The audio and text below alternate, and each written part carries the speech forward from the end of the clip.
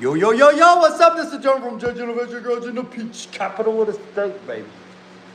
Had to wash my face.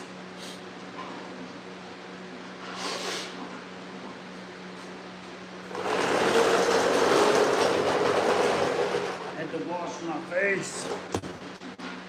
All right, boys and girls. Let's see who's in here. Oh. What's up, Henry? Let me turn all chat on. Woo.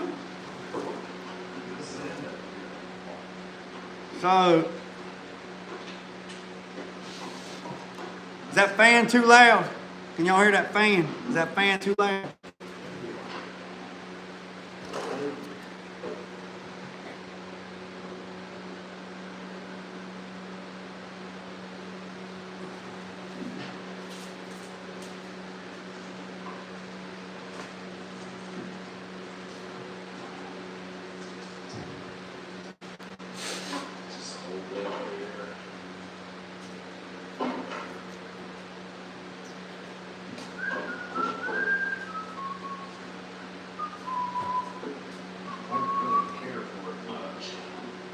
We can hear you real good. Okay, Gary. Henry. I mean, I can turn it down. I can turn it down. Let me turn it down. It's on number 3. Let me turn it down to number 1. Let me turn it down. Let me turn it down. This will be all right.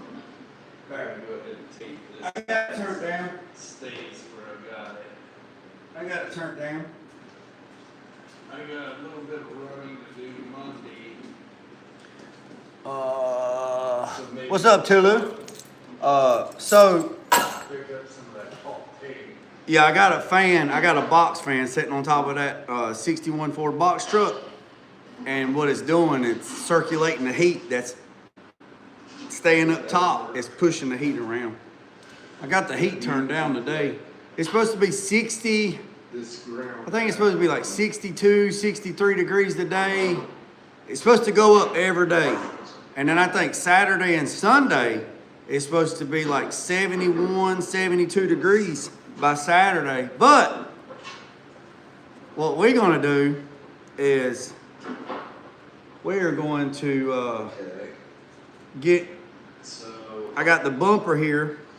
We're going to sand the back side of this bumper. So it looks a little better. And then we're going to Guys, my stomach's killing me. sand the back side of this bumper, and then I'm gonna go get the roll pan, and then we're going to sand the back side of the roll pan, and then we're going to I might even go as far, since it's just this, I might take the water hose and wash it Take care of it. to get all the sand and dust off of it, and then leave it outside for it to dry, and then tape up everything, and then Take care of tomorrow the situation. spray the back side of this with bed liner, Because I got and then let it dry, and then flip it over, and then get it ready to spray. So today's Tuesday, so if we can spray the backside of it tomorrow, I might be able to spray the backside of it tomorrow and flip it over and paint the front of it tomorrow. Just depends on the weather. So that's the plan anyway. It's supposed to get warmer up here. So, yeah. It's I looked this morning, and it said that it's supposed to be in the early 70s, like 71, 72, 73. So if it slowly keeps getting warmer every day, that'd be great, because hopefully I'll have the bumpers painted, the bumper painted, the roll pan painted, and the grill painted by this weekend. And then I got to go pay a visit to John over at Buchanan's Auto Sale. I got to go see John. And John's got a few things for me I got to go pick up.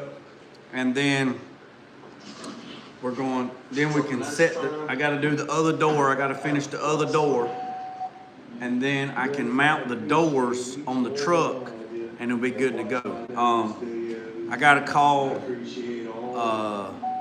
Let me turn Mac down. Mac's on the TV. I thank you for being Let me turn Mac down. Oh, and the computer board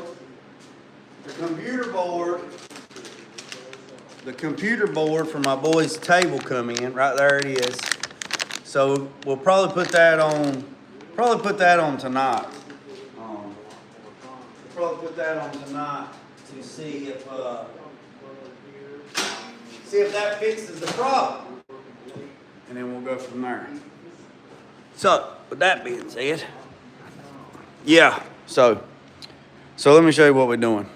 So here's the bumper, and if you can see, right here's where this bumper was cut and shortened. So it was cut right here, and it was shortened, and then this was cut in here. This plate was made for the turn single, and then this was cut in here. This was made for the ram air. These are the clips that hold it to the frame, and so forth. So what I'm doing is I'm scratching the back side of this with 80. So we're just sanding the back side of this with 80 grit, and then we'll get it. Y'all hold tight. So we're sanding the back side of this with 80 because we're going to spray undercoating or bed liner on the back side of it. You can see right there where it was welded. You can't see it on the top because it was smoothed down, but this bumper was tucked in. I think a half inch was took out of it and sucked in on both sides, I think, if I remember correctly. So that's what we're doing today. Well, that's what we're doing at this moment. So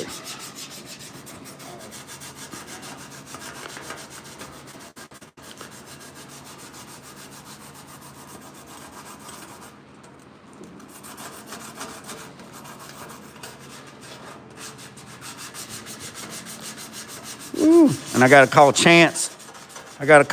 Sometime today or text him. I'm a texter. I'll probably text Chance sometime today. Talk to him, see what he's got on his mind, and then we'll go from there.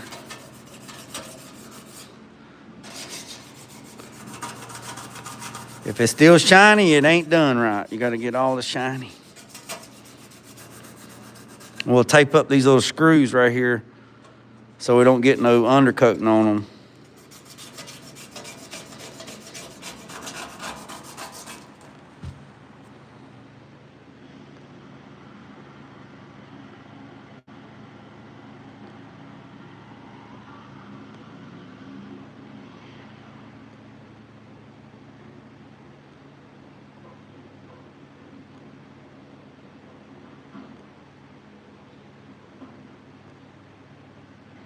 What now?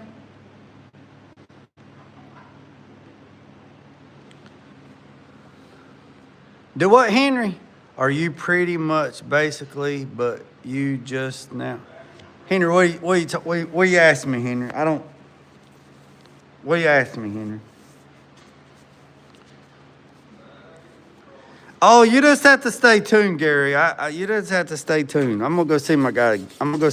John.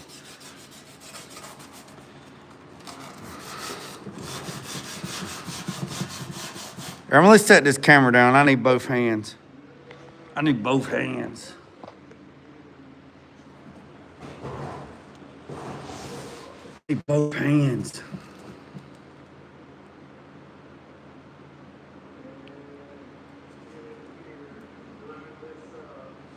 Oh, yeah.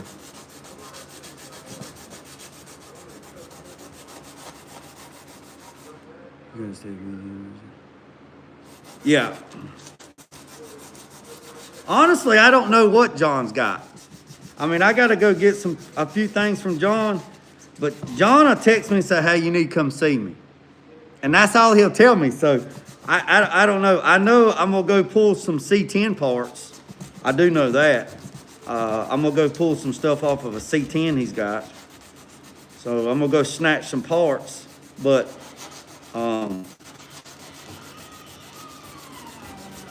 he always said, if he's got something interesting going on, he'll say, come see me. So.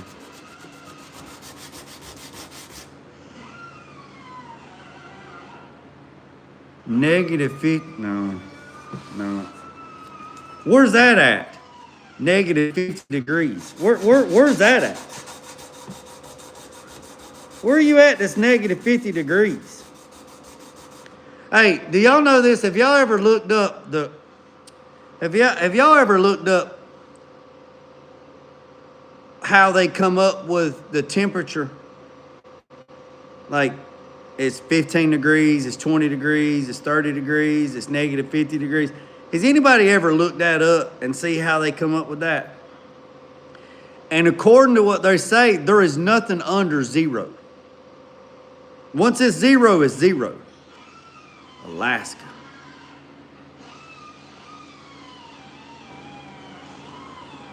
$50 degrees in Alaska. Man, that's crazy, man. That's crazy. Yeah, they say there's nothing under zero. It's just zero. And then they tell you why they say it's -30, -40, stuff like that. It's kind of interesting. It's quite interesting on how they come up with that. Oh yeah, we're gonna find out. We'll find out. We'll find out what John's got going on.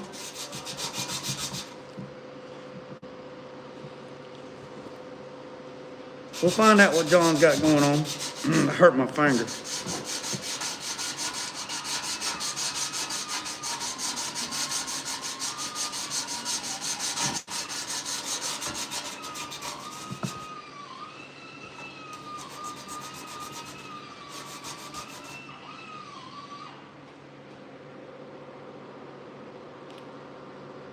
Oh yeah, I'm not saying I'm not saying -50 degrees is not real. That's not what I'm saying. I'm saying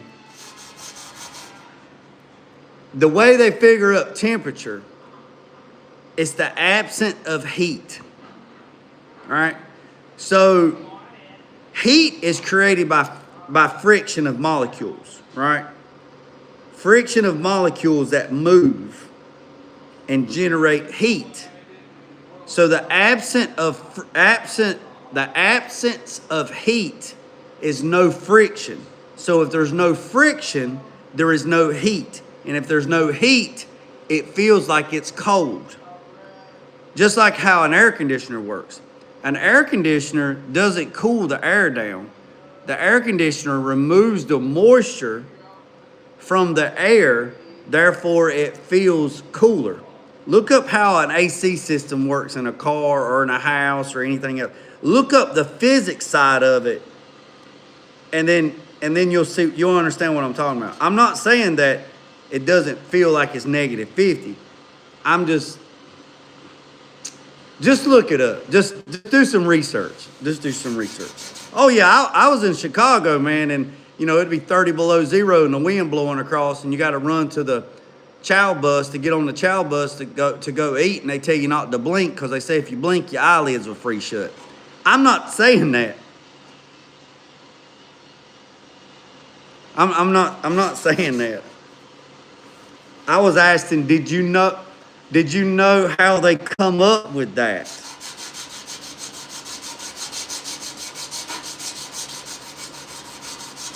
That's what I was asking.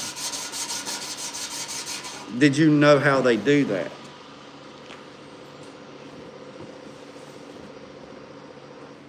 Also,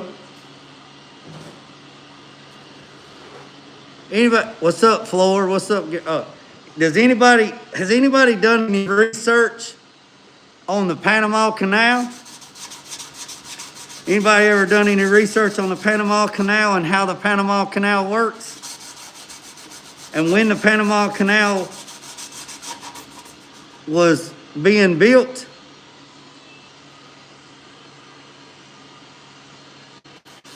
I'm gonna take the mask off so I can talk. Has anybody ever see, man, at 2 a.m., man, my brain would be going somewhere else, and then I just start looking up stuff. I was like, huh, Panama Canal, this, that, whatever. The Panama Canal was started, 1600s, 1800s, plus or minus, and thousands of people, come to their demise from the yellow flu and malaria. And they built the Panama Canal over 50, 75 miles, 100 miles from point A to point B, from the Atlantic to the Pacific.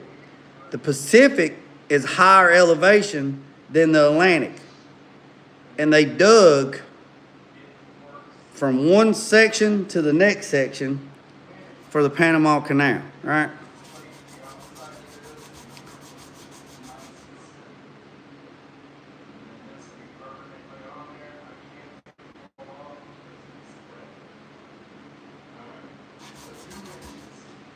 What's up underneath? So it goes from one section to the next section. So you got seawater on this side and you got seawater on this side. But the Panama Canal, the locks, the 14 locks, is not operated by seawater. The locks are operated by a man-made lake that's way over there. And it's like 72 million gallons of water that takes to fill up each lock to move the ship up, down, up, down, up, down. And it's all being pumped from fresh water. And the locks that hold it in place is 700-ton locks that's run on 700-ton locks that are operated by hydraulic systems that come in and lock with under 2 minutes. And once the locks are sealed, no seawater gets into the fresh water, and no fresh water gets into the seawater, because if the seawater gets into the fresh water, it will damage the ecosystem of the lake that's miles away, that they're pumping in to these locks to go up and down, to get ships from one coast or from one ocean to the next ocean. So you mean to tell me when the United States took over in 1900, 1904, 1902, see, y'all think I just don't know nothing. 1900, 1902, when the USA took over the construction of the Panama Canal from Spanish, from the 1800s or 1700s, 1600s, all the way up to 1800s, and thousands of people come to met their demise from yellow fever and malaria. And you mean to tell me when we, in the 1900s, we designed a system, all this stuff was designed in the 1900s,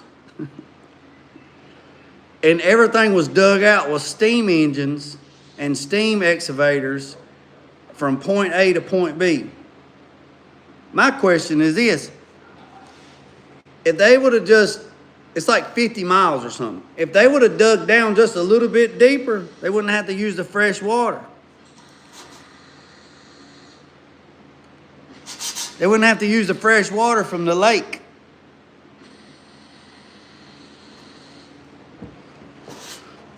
They could have just dug down, because the Pacific is higher elevation than Atlantic. They could have just dug deeper, right? They could have dug deeper, and the two oceans would have connected, and you'd have had this ocean and this ocean connected. But they didn't do that. They only dug down so far. So basically, what they built was a water elevator for ships. And I forget how fast a ship can get from point A to point B through this lock system, but the lock system closes in 2 minutes. Within 2 minutes it closes. It fills up with 72 million gallons of water. And then the ship gets to the next section and the water goes down, and then they stack it up and then they stack it down. And no fresh water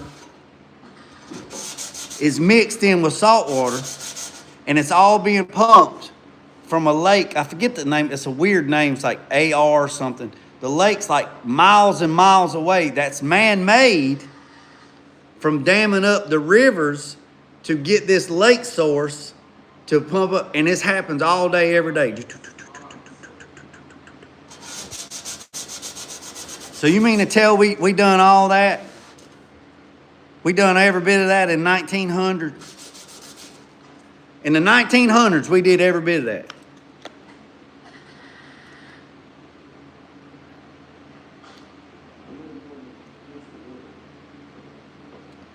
Almost 100, over 100 some years ago.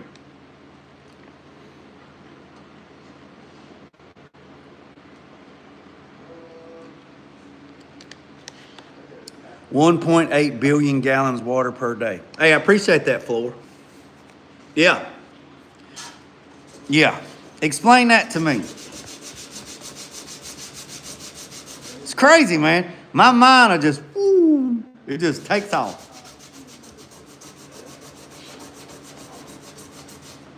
Just takes off, man.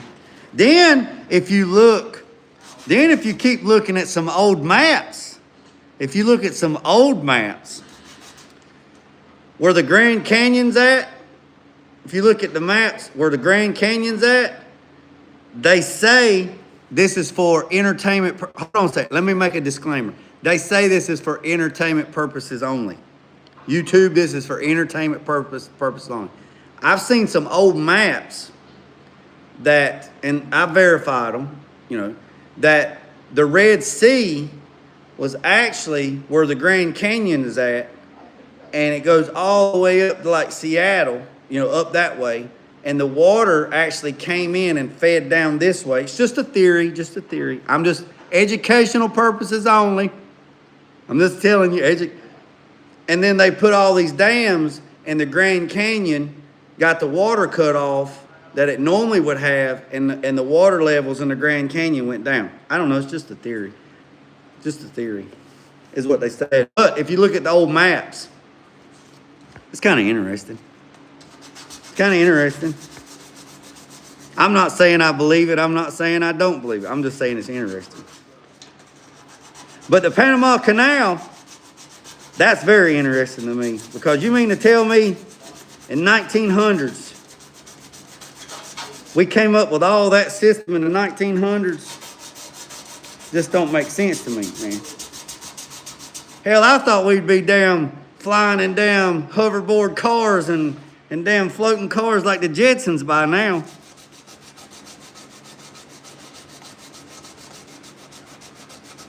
But anyways, give me a topic to talk about, Gary. What you want to talk about? Give me a topic. As long as it ain't politics or religion. As long as it ain't politics and religion. Gary, what you want to talk about?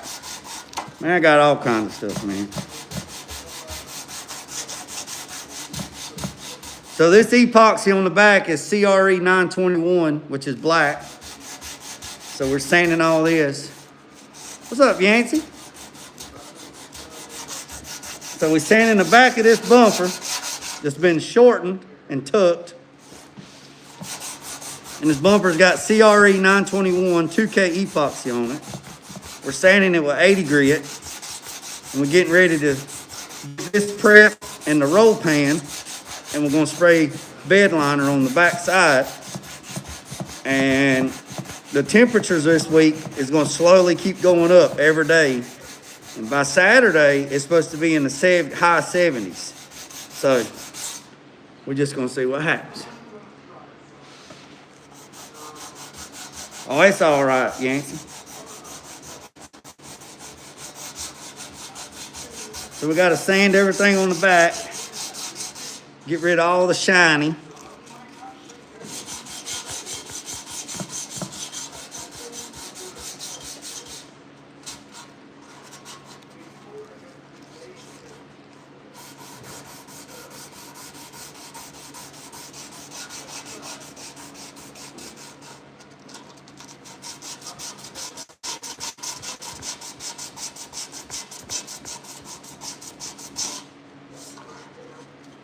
Bam. No, I did not. No, I did not build this bumper. I actually bought this bumper. I'm gonna be honest with you. I bought this bumper to get the bumper to see the idea of what they did to the bumper. So I know where the bumper originally come from. So when I bought the bumper came in a box. So when I bought the bumper came in a box. It was not a chrome bumper, it was a steel bumper for a 68 C10. And when I bought the bumper came in the box that it originally came from the manufacturer. So then I reached out to the manufacturer and said, hey, I'm looking for a 68 C10 steel bumper. And they said, absolutely. I told them, went through the process, set up the account, blah, blah, blah, blah. So I can now purchase a steel bumper from the company, and then I can modify the bumper whatever I want to do. So basically I bought the information, and now I can just modify that information. Like this port, I can make a port different. The marking lights, the turn signal lights are AVS. So that's AVS. That's one of the air ride companies that I buy stuff from, like switches and valves and stuff like that. So AVS airbag it. That's where the marker lights came from. So I can get those from that, and the little plates. And then, so basically what this other company did is they made this, and then they made the insert. They put these on. And then you got AVS lights that go in there for the turn signals for a 68 C10. And then all these brackets are in the right location to hook to the truck. And then the only thing that they did is they cut the bumper, and I think they took a 1/2 inch out on both sides and they sucked the bumper in. That's the way the game works, man. I mean, there's no patent on it, nothing like that. Now, if I was to make it, and I'm sure I'll make another one. I'm sure I'll make one. But if I make another bumper of this, whatever, I won't copy this port. You know what I mean? I'll change the port up. I'll do something different. I won't make the profile look exactly like this. So I won't copy their design. I'll just copy the execution. Does that make sense?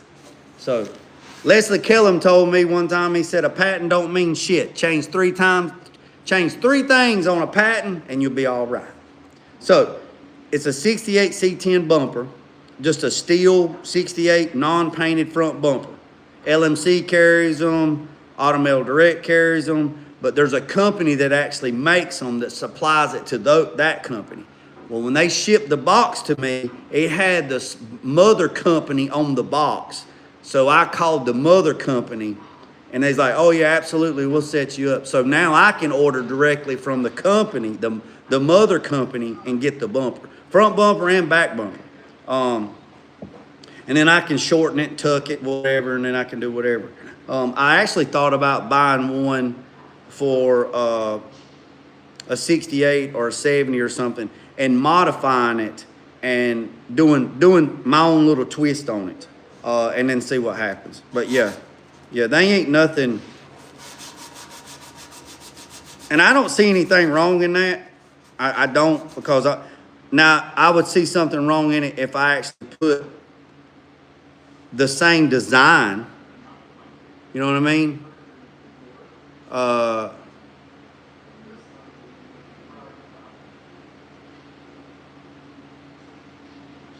Yeah, if I was to put the same profile design, then that wouldn't be right.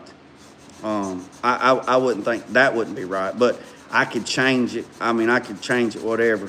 So yeah, some people might not think that's right, but you know, it is what it is. I mean, I'm not copying their design.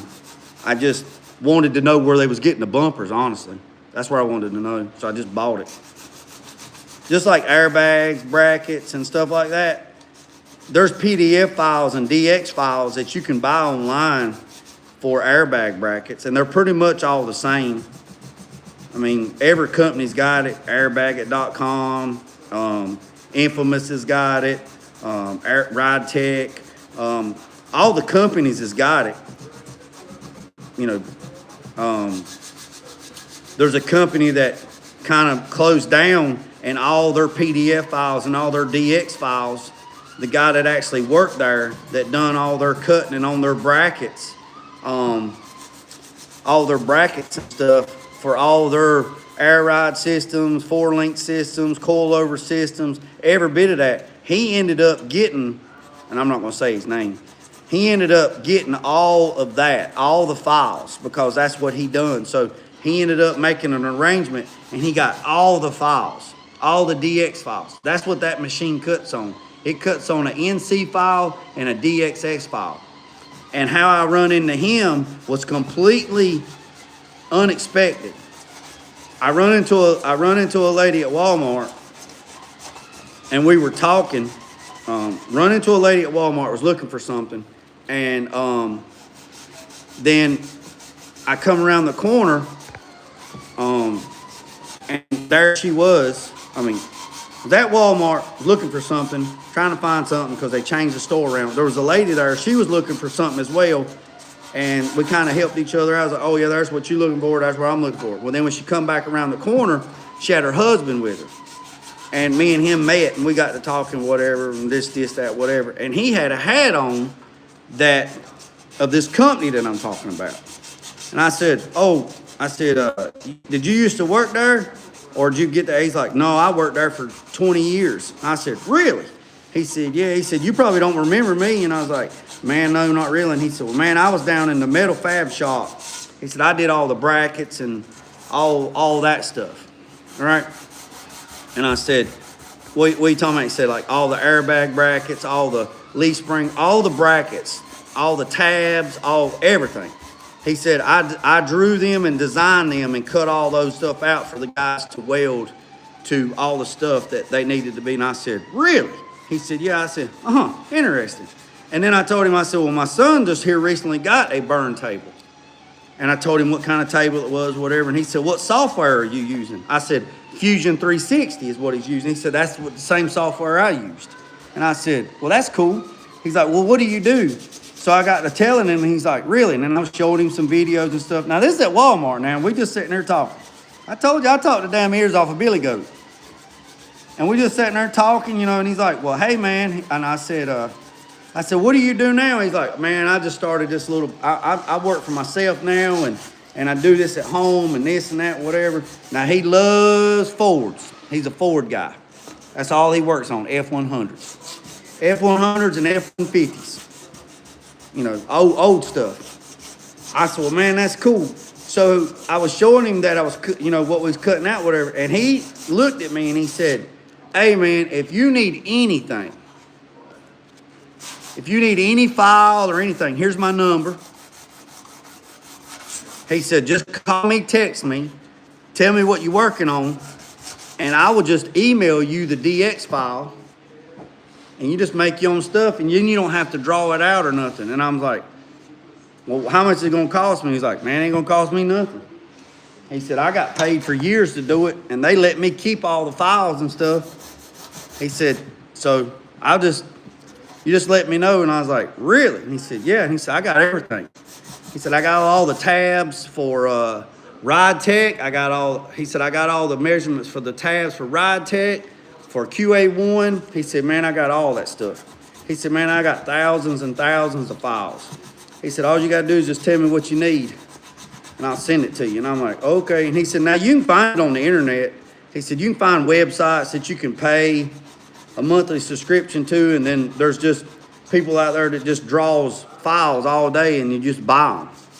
And then there's a website that you can go to that you can get files from, but you have to pay like a monthly subscription to. And I was like, yeah, I ain't paying for nothing. I can draw it. I said, I can draw all that stuff out. He said, well, that's what I'm saying. I'm not saying that you can't draw it. I'm just saying I've already done it. And man, I don't mind helping you out. And I was like, really? I said, well, what do you want in return? He's like, absolutely nothing.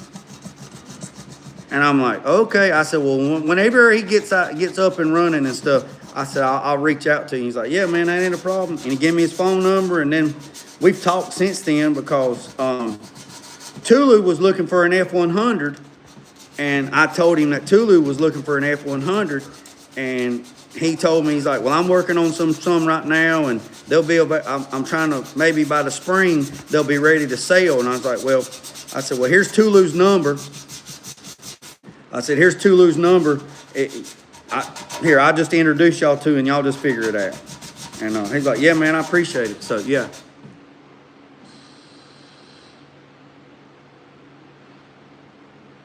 That's really something how you just met a guy at Walmart. Dude, I'm telling you, I know no stranger. I know no stranger. I'll talk the damn ears off a billy goat. No stranger. None whatsoever. That is what I try to tell these knuckleheads on YouTube. This is what I try to tell these knuckleheads on YouTube. And if the shoe fits, wear it. Well, how about that? See, I didn't even know that he reached out to Tulu. I didn't even know he reached out to him. I just give him his number. See, I just said, hey, this is my guy's number. You call him, y'all figure it out. I don't need nothing from it. Absolutely. That's what I try to tell these knuckleheads out here on YouTube. Yeah, and if it shoe fits, I'm talking to you. I'm talking to you. People on YouTube, not everybody, some of them, are so self-centered, egotistic, narcissist, daggone self-centered, egotistic, narcissist behavior, and they don't want to learn nothing. They think they know everything. And then they be talking like they know something, knowing they don't know shit. They couldn't whoop their ass out of a wet sack if you tore a hole in the bottom of it. But they know what they talking about, and they be spitting out daggone stuff. Man, I be watching so many videos on YouTube, man. People be spitting out information, and I'm sitting there going, and somebody's really believing you, what you're saying. And there's people on YouTube that get sucked into that crap. And they're like, man, they speaking the gospel. Man, they don't know shit, man. And I'll call them out on it. And if it hurts your feelings, it hurts your feelings. I don't care. You call me an asshole all you want to. If I tell you something, I got the receipts to prove it. But anyways, that's what I tell people. You'll increase it. If you're not increasing your network if you're not increasing your net worth by increasing your network, by networking with people that are smarter and better than you, then you're not learning. You're not growing. You're not growing. You're not growing. That's the whole thing about relationships, friendships, partnerships, business-ships. Literally, like Gary said. Like, what's up, Ray? What's up, Ray? It's like Gary said, I run into a guy at Walmart 20 minutes after talking. He used to work for this company.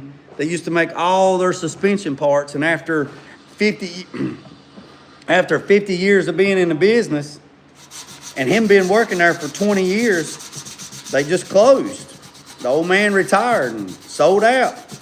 And this guy's got all of the information and all the resources that he worked on for the last 20 years. all the brackets, all this. I mean, he's got all that stuff, every bit of it. He's like, and then, I mean, I didn't ask for it.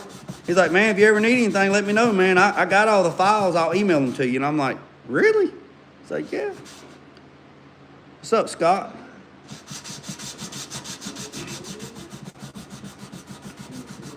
You never know, man. You never know. And see, I always say everybody's connected by 3. So I know the company that he used to work for. I've done business with that company before in the past. So you got me and you got the company, and now I've met a third party. Now we're all connected by 3. 1, 2, 3. That little triangle. Everybody's connected by 3. Doesn't matter how you think. You put me in drop me in the middle of Oklahoma. Put me in Oklahoma City, and I promise you, drop me off at 8 o'clock in the morning in Oklahoma City. I promise you, by 8 o'clock that night, I'm going to find somebody that knows somebody that I know somebody, personal relationship, and we'll be connected. What happened? What's up, Scott?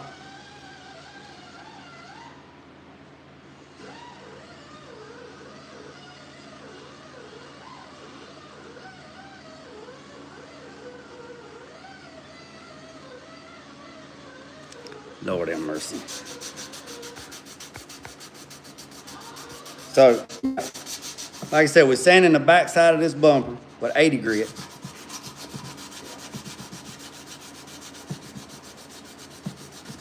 Like I say, this is CRE 921 2K epoxy. And so once we get all this sanded, we'll go get the daggone roll pan, and we'll do the same thing with the roll pan. And then we'll get this thing. I might just take it outside and just rinse it off with a water hose and get all the dust, just wash it off, just wash it.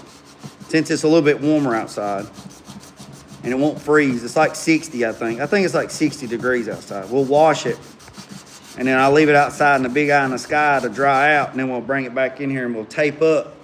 We'll tape this side up.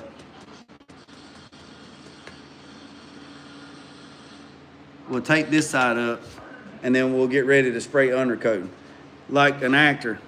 Hey, Gary, you know what, Gary? When I was at the school, teaching at the school, I'd get a before cell phone. Like in the beginning, I had a Polaroid camera, right? And I would have the students stand up and have a piece of paper like this with their name on it, right? And I'd take a picture of it and I'd put it in the grade book. So when I opened the grade book, I could put a face with a name. Because, man, I'd have like 6 or 7 classes, and there'd be like 20, 25 people in each class. So I had like 150 people to remember their names. Now, some people would stand out, you know what I mean? Some people would just stand out. But you got like 150 people that I got to remember. They only have to remember one person. I got to remember 150. So I would take Polaroid camera, and I would take a picture of them, and it would print off, and I'd put it in the grade book. So I would say, okay, and by the end of the semester, I would know, I would know who they are by first name, whatever. And I've done that for years, right? So that was one way how I would remember people. Now, if I meet somebody, let's say I meet somebody at a car show or meet them at an event or whatever, and we get to talking and they tell me who they are, more than likely I'm going to forget their name.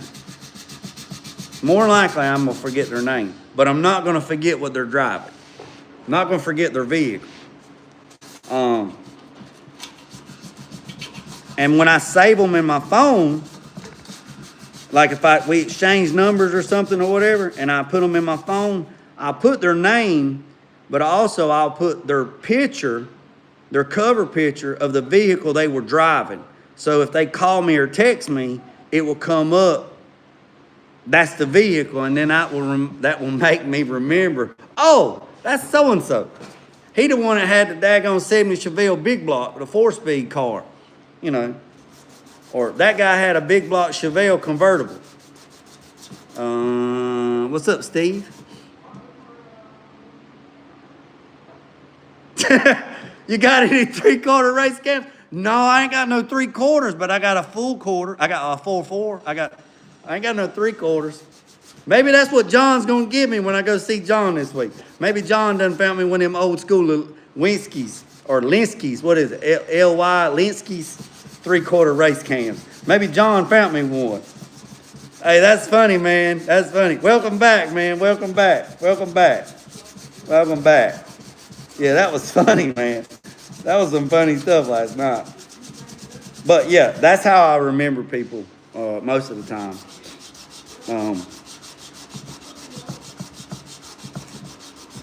But yeah, they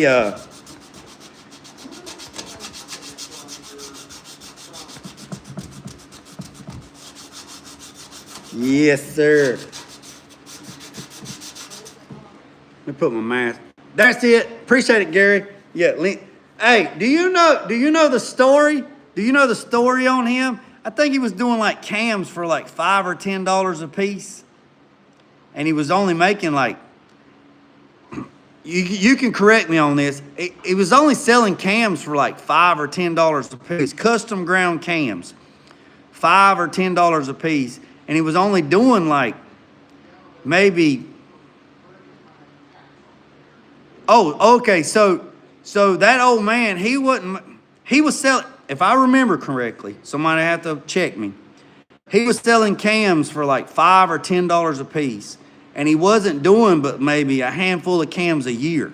Maybe less, I'm going to say less than 10 cams a year. And somewhere down the line, somebody in NASCAR or something ended up getting one of his cams, and they won a race or something. I can't remember. It's been years since I heard the story or read about the story. It was years ago. Somebody in NASCAR, when it was NASCAR, not what it is now, NASCAR. Somebody got a cam or done some, I don't know, and then they won the race. And then they's like, hey, look, you know what? And the next thing you know, he said he just blew up overnight. I'm in Ohio. I am in North Carolina, Roofer. So you're close to Mac. You're close to Metal Art Customs. He's in Ohio.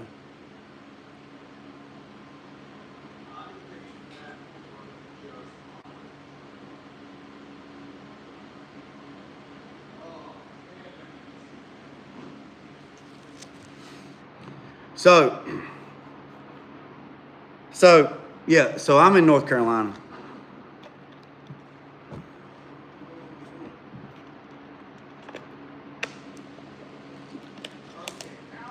So then that's how he got started. And next thing you know, he said he just not blew up overnight, but then he, you know, $5, $10 cams, and then it was it just kind of evolved from that. Hey, well, I'm glad you're over here, Roofer. So we're sanding the backside of this bumper, sanding it with 80 grit, and then we're gonna get it ready for. We're gonna spray some bed liner on it, and then we'll flip it over, and then we'll paint it. We're gonna paint it gloss black. Yeah, I'm in North Carolina. I'm in old North Kakalaki. Yeah, and see, Mac is on the big screen. Yeah, see, Metal Art Customs. He was in the chat last night, Roofer 216. He's from Ohio. He's in Ohio. Yeah, he's in Ohio. So this CRE stuff, man, it's some gnarly crap, man. Gnarly crap. I wonder where old Benny's at. How far are you from Little River? How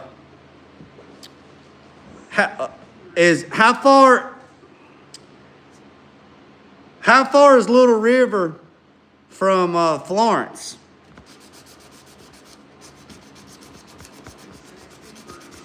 How far is Little River from Florence, Randy?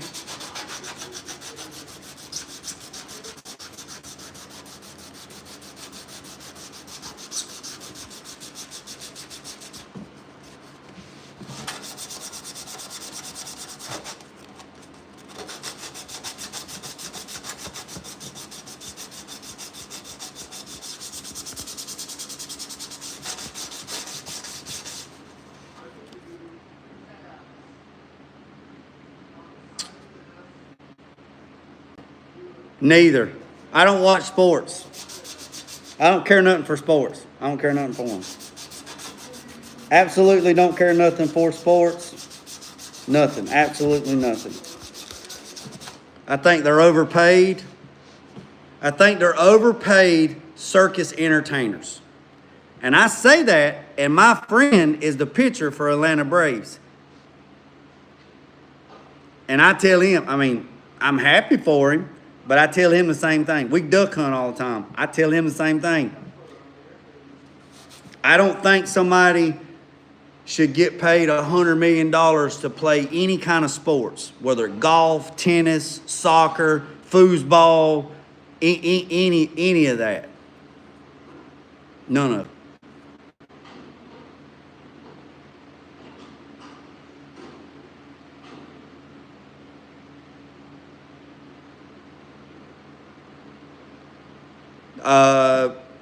Randy, no.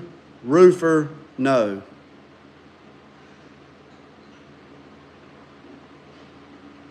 I was listening to Mike, like he said. Yeah, fishing. Hey, Mike's supposed to let me know if they catching any fish. I want to do some ice fishing. That's something I've never done. I'd like to do some ice fishing. Sure would. Yeah, I don't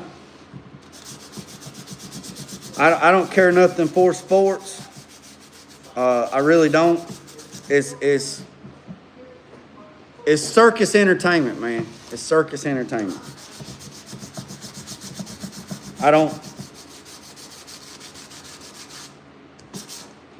People get, I mean, yeah, I don't do sports at all.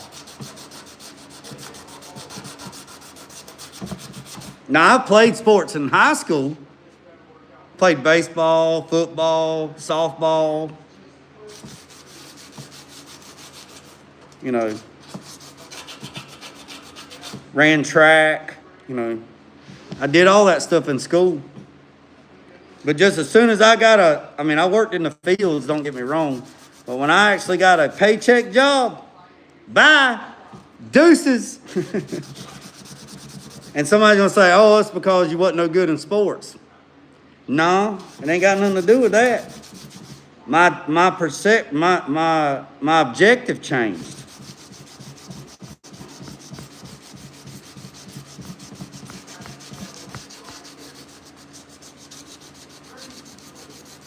I ain't care nothing for sports.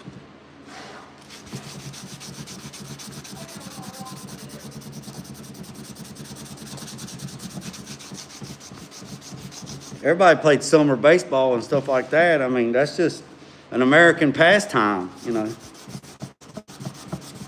But, yeah, I know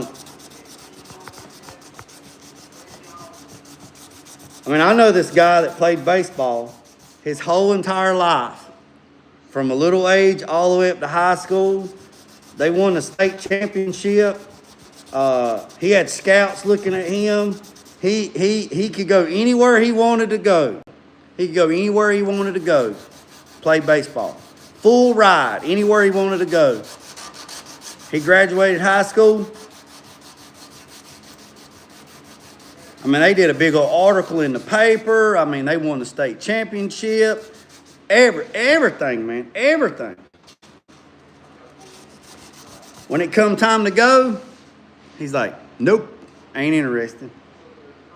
Played baseball all through middle school, high school, traveling baseball, all-star teams, everything. Had almost a perfect record pitching. Almost a perfect record. Had like a 98 mile an hour fastball. Had like a 90 mile an hour knuckleball. I mean, just crazy.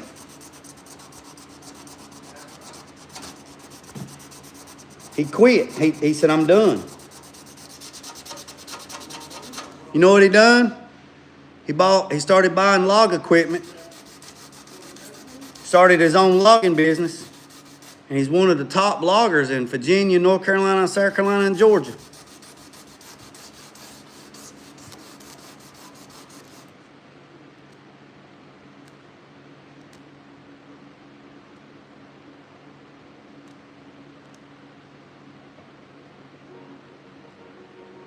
I got you on the big screen, Mac.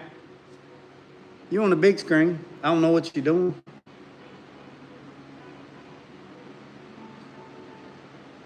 Mac, you made that 4-door. You made that old truck a 4-door.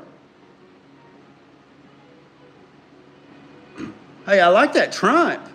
That white Triumph with them blue and red stripes. That's nice. It's on the screen. Anyways, what's up, Nathan? Yeah, look. Look, yeah, right there. Yeah. Yeah, you working on the dually, the old school dually. Yeah. Hey, Mac, there's a guy up the road in a building that has it's either a 65 or 66 truck. And he said it was a 4-door. His daddy bought it new. It's in a building. It's in his garage. And a couple years ago, he talked to me about working on it and stuff. And I said, man, I've never seen, it was a 60s. I never seen a 4-door other than yours. And I told him about yours, and he's like, well, my dad bought this from the factory. And I was like, what? He's like, yeah, I remember Dad bought this, blah, blah, blah.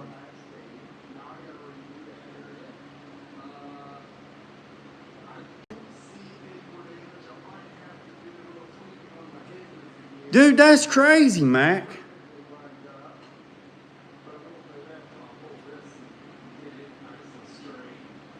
That is too freaking cool, man. Yeah, so I don't know if he was telling me a lie or whatever, but he said he said he had all the documentation and everything to it. And it was a 65 or 66 4-door, but it wasn't a dually. It was a 66 or 65 4-door. And had everything was there, had all the documentation and everything. And he said that he wanted to fix the truck, like the body part of it. He wanted to give me the cab, not give it to me, but give me the cab so I could fix everything. And he wanted to put it on a new chassis, like a late model chassis. They were built for the railroad. Yeah, Yancey said they was built for the railroad. Well, that would make sense because his uncle and his daddy did a lot of work for the railroad.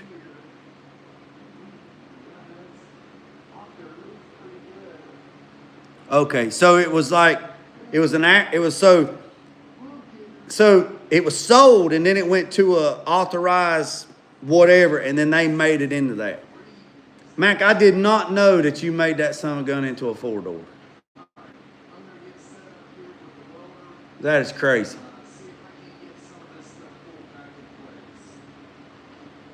See, I was talking to John about taking a S10.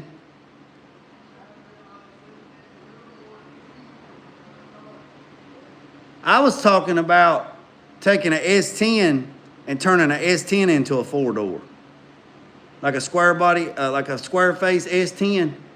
And getting 2 cabs and cutting it and making it. And damn near I looked up and you got a daggone picture of you doing that. I did not know that. That's crazy, man. That is so crazy. That is so crazy. I would love to find, man, if I could find a 6-door square body dual, like if I could find a 6-door cab for 80, 82, 83, 84, 85, 86, 87 square body truck, if I could find a 6-door, that would be the cat's meow. Just a cab.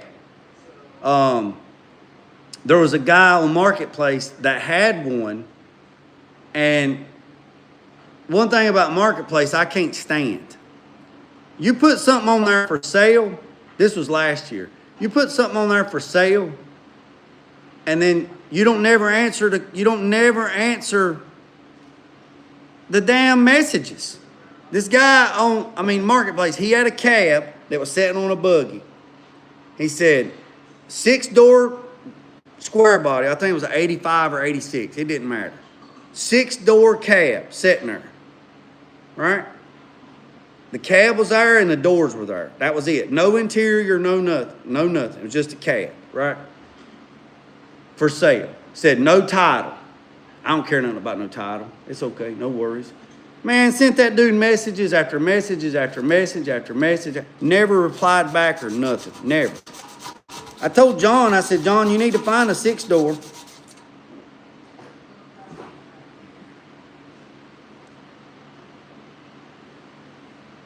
Oh, I bet, yeah, Nathan. 60 to 66 trucks is what I started this company with, first 5 years. Man, that's crazy.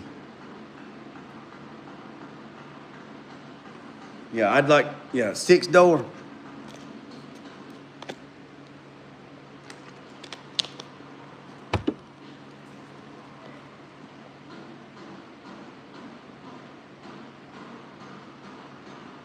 The way Mac just done that one, you could take a 4-door.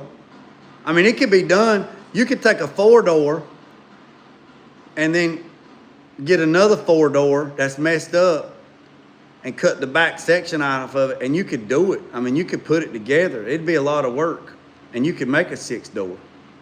Be like making a limousine. Man, how cool would that be, man? Man, how cool would that be? A 6-door, 12-valve, twin-turbo Cummins, dually, long bed. Man, that something gonna be 40 foot long. Yeah, I can't stand Marketplace, man. Can't stand it.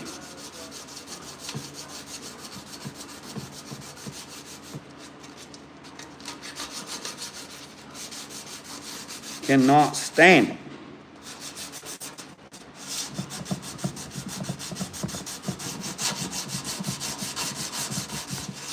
All right, got that side done. Let's do this side.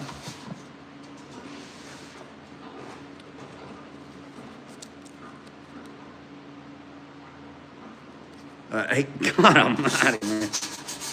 That's crazy. An 8-door? What do you do? What do you do? Turn that? What do you do? Take an excursion? Sounds like 200. Yeah, 200K to me, your boy.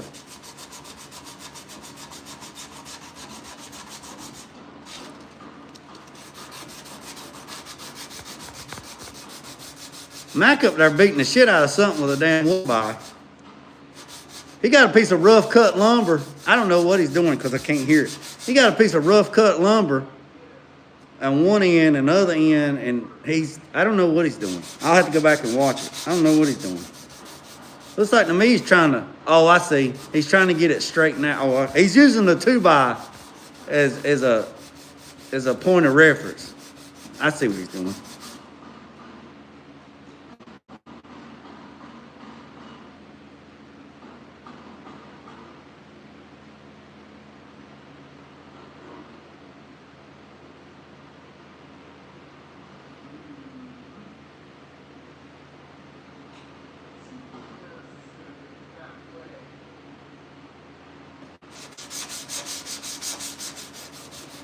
Okay, Mac.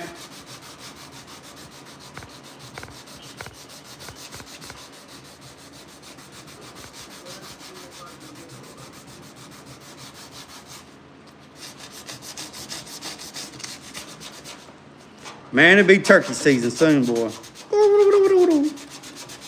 I'm gonna try to do some duck hunting before the season goes out.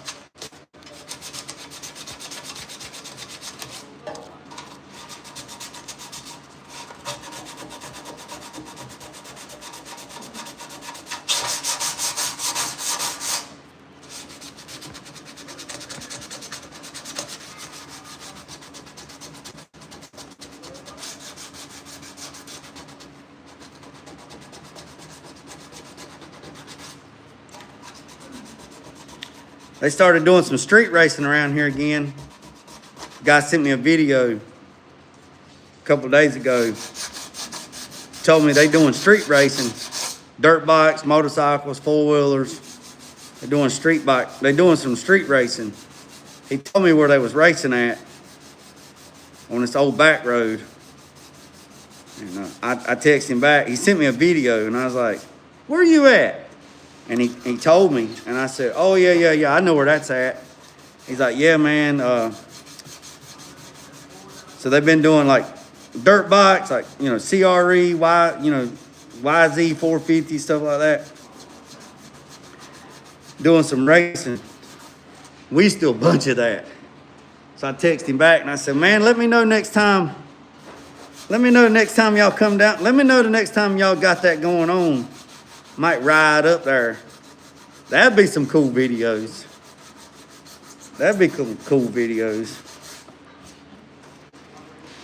Get a little bit of street racing on this old back road, dirt road, not a dirt road, it's an old back road, service road.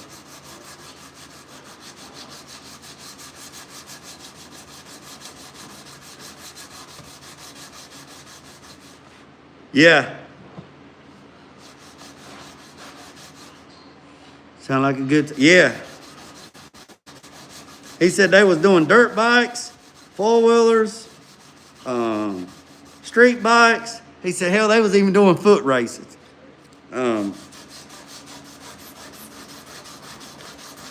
Like 40-yard dash and shit like that. That's funny.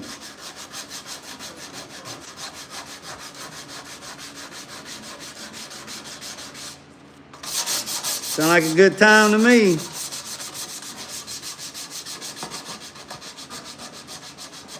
Yeah, but it's way out in the woods. I mean, ain't no traffic or nothing, so.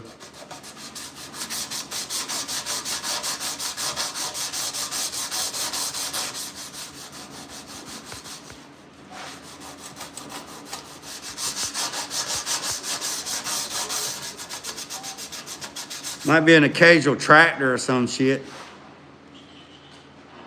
Yeah, it might be an occasional tractor or some shit coming by or something. There used to be a place that we done it in school. You know, we used to do it, allegedly do it. And the neighbors would bring their lawn chairs out there to the road and watch us. It was funny, man. Good time. Nobody called the law on nobody. Nobody bothered nobody. Didn't have no accidents. You know. Good times.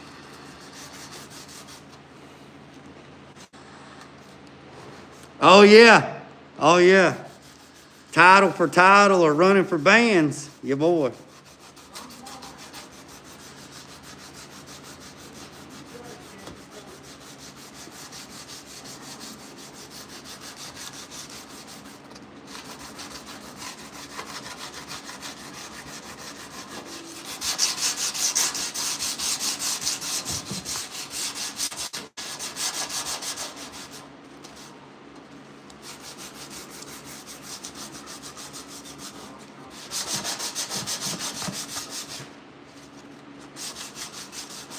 Yeah, that's like when I was up there at Dyno Day, man. The guys beside me, they were doing $5 bets. They were doing $5 bets. That's all they were doing, $5 bets, $5 bets, $5 bets. And that one guy, he's like, man, I'm done, man. The last one, you know, he said, man, I'm out, I'm done. And he'd been, you know, he's like, I'm out, man, I'm done. I said, you leaving? He's like, man, I ain't got no more money, man, I'm out. I was like, what do you mean you out? He's like, I said, what do you mean you ain't got no more money? And because the other guy walked off to go get something. He said, man, I can't do no more, I'm out. That was the last one. I said, what are you talking about? He said, Man, we've been over here doing $5 bets. He said, dude, I done lost $1,000. I said, do what? He's like, yeah. I said, $1,000? Because, you know, we went that morning, and then we left and went to the C10 revival, and then we came back. And he's like, yeah. And I was like, you've lost $1,000 today? He said, yeah, plus or minus. I said, doing what? He said, $5 pulls. So whoever came in, it didn't matter. I know, Robert. He need to sit down. He need to sit down. You know, I was like, damn, man. So it didn't matter what it was. Like the little YJ Jeep Wrangler came in there. It's whatever, street cars. Everybody got all upset. It's like, oh, it's race cars. No, it was daily drivers. It was Dyno Day at TKM. Bring whatever you got. Daily drivers, whatever. And you got 3 pools for free, right? For free. And they was betting like, I got $5. Like, so they would say, so the YJ, the Jeep Wrangler, or not the Cherokee Jeep, it had 35 tires on it. I did hear him on that one. He's like, it's gonna make less than 100. He said, I got $5 on it, it's gonna make less than 100. And the other guy says, I got 5 on. He said, I'll take that bet. $5, it's gonna make more than 100. He said, ain't no way. And they'd shake on it. The truck, the Cherokee Jeep, or the Cherokee, the 4-door Cherokee, made 127 horsepower with 35 or 32s or 30. I got a video of it. He made 127 horsepower. So the guy lost the bet because he said $5 under 100. The other guy said $5. I'll take that bet. $5 over 100. So he said he'd get 100 or less. That guy said it'd be 100 or more. It made 127. That guy had the lowest horsepower of the day. The green Mustang, they had the boost turned down on it. It made right at 1,300 horsepower to the wheel on the green Mustang, and they had the boost turned down. But a lot of the street cars, like Mustangs and Challengers and Chargers, just street cars, man, they were making 500, 600, 700 horsepower. Man, you know how people get, Robert. And I think he was a little bit on the sauce. He was red faced, eyes all glassed over. Yeah. So that's what they were doing. And then there was another group of guys that was doing dollar bets. I got $1 on that one. I got $1. He's going to break 200. Oh, I take that bet. He ain't going to break it. Dollar bets, you know, stuff like that. But yeah, that guy said he lost like $1,000 on $5 bets. I'm like, damn, boy. He should have just handed it to me. So that's why the other guy left him standing there, because he done took all of his money. It's time for him to go home. That was a good day. That was a good day. So it was all fun. Nobody got upset. Nobody got mad. And it was just a fun family day. They had a bouncy house out the back. Drive-by Mafia was there. They had their stuff. It was just a fun day, and everybody wanted to get all upset. Like, I ain't going to get into it. Everybody wanted to get upset about it. It wasn't race cars. It was just daily drivers, people that drove shit to work every single day. But that green Mustang, it was a legal street car, but it was an outlaw car too. I guess I can say it since he sold the car. That car dynoed at 3,000 horsepower to the wheel.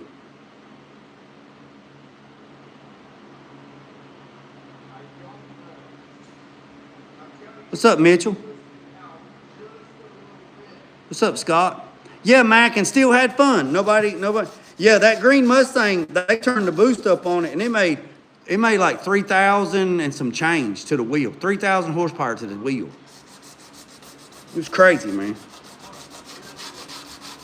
I mean, they just done soft hits, and it was making 1,400 horsepower. He actually turned that son of a gun up. That son of a gun broke like 3,000. They made everybody get out of the building when that happened. That son of a gun shook the damn ground. Yeah. Well, in October in North Carolina at TKM, there'll be another Dyno Day. Dyno Day. They had a Dyno Day, a free car show. Everybody got and then they had a bouncy house and they had food. It was in Denton, North Carolina. It was in October. They do a Dyno Day. And then the same day, across the street in the field was the C10 revival, and it's free. It was over.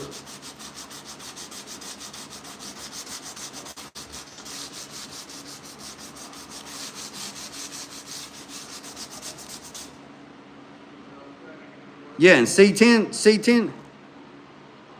What's up, 301? What's up, Scott? Hey, if y'all new to the channel, man, I'd greatly appreciate it if you hit the subscribe button, hit the notification bell, and drop a comment. We're on our way to 10,000, boys and girls. And if you got TikTok, if you got a TikTok page, go over. I got a TikTok page. It's the same name, JG Innovation Garage. It's got the logo for the thing. I've been posting dyno. I've been reposting the Dyno Day pulls. I did a video of the C10 truck that I'm working on. It was at the dyno. Got a picture of the Mustang on there, the green Mustang I'm talking about. It's on there. I got some more stuff I need to repost. But yeah, it's on TikTok. So if you go over to TikTok, hit the follow button and drop a comment or something. I'd greatly appreciate it. Just trying to reach different folks. And Mac's on TikTok too. So Metal Art Customs, he's on TikTok too. I got him to get back on TikTok. So he's back on there. And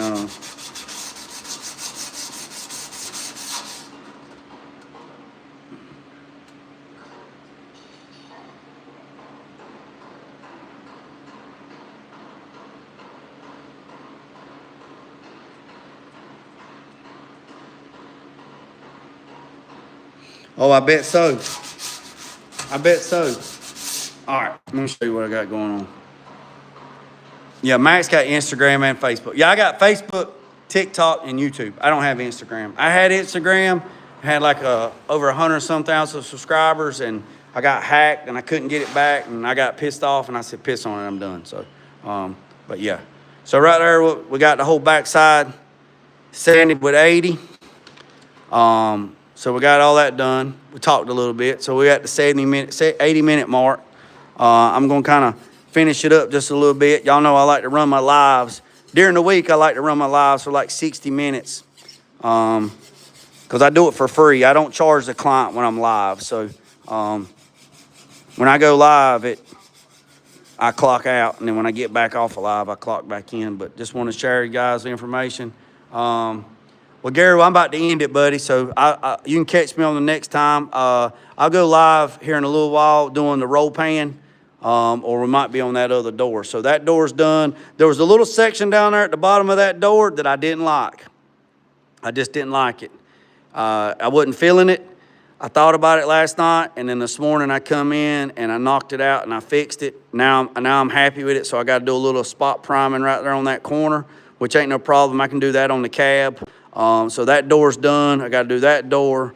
That grill's done. That fender's done, and that fender's done. So that's where we're at, boys and girls. What's up, Scoot? So I appreciate everybody tapping in. Been on here for 80 minutes. Remember I said, boys and girls, don't worry about the man up the road or down the road. Sweep off your own front porch while sweeping off anybody else's. Put God first, let loose and drag. Peace, something, chicken grease, I'm out.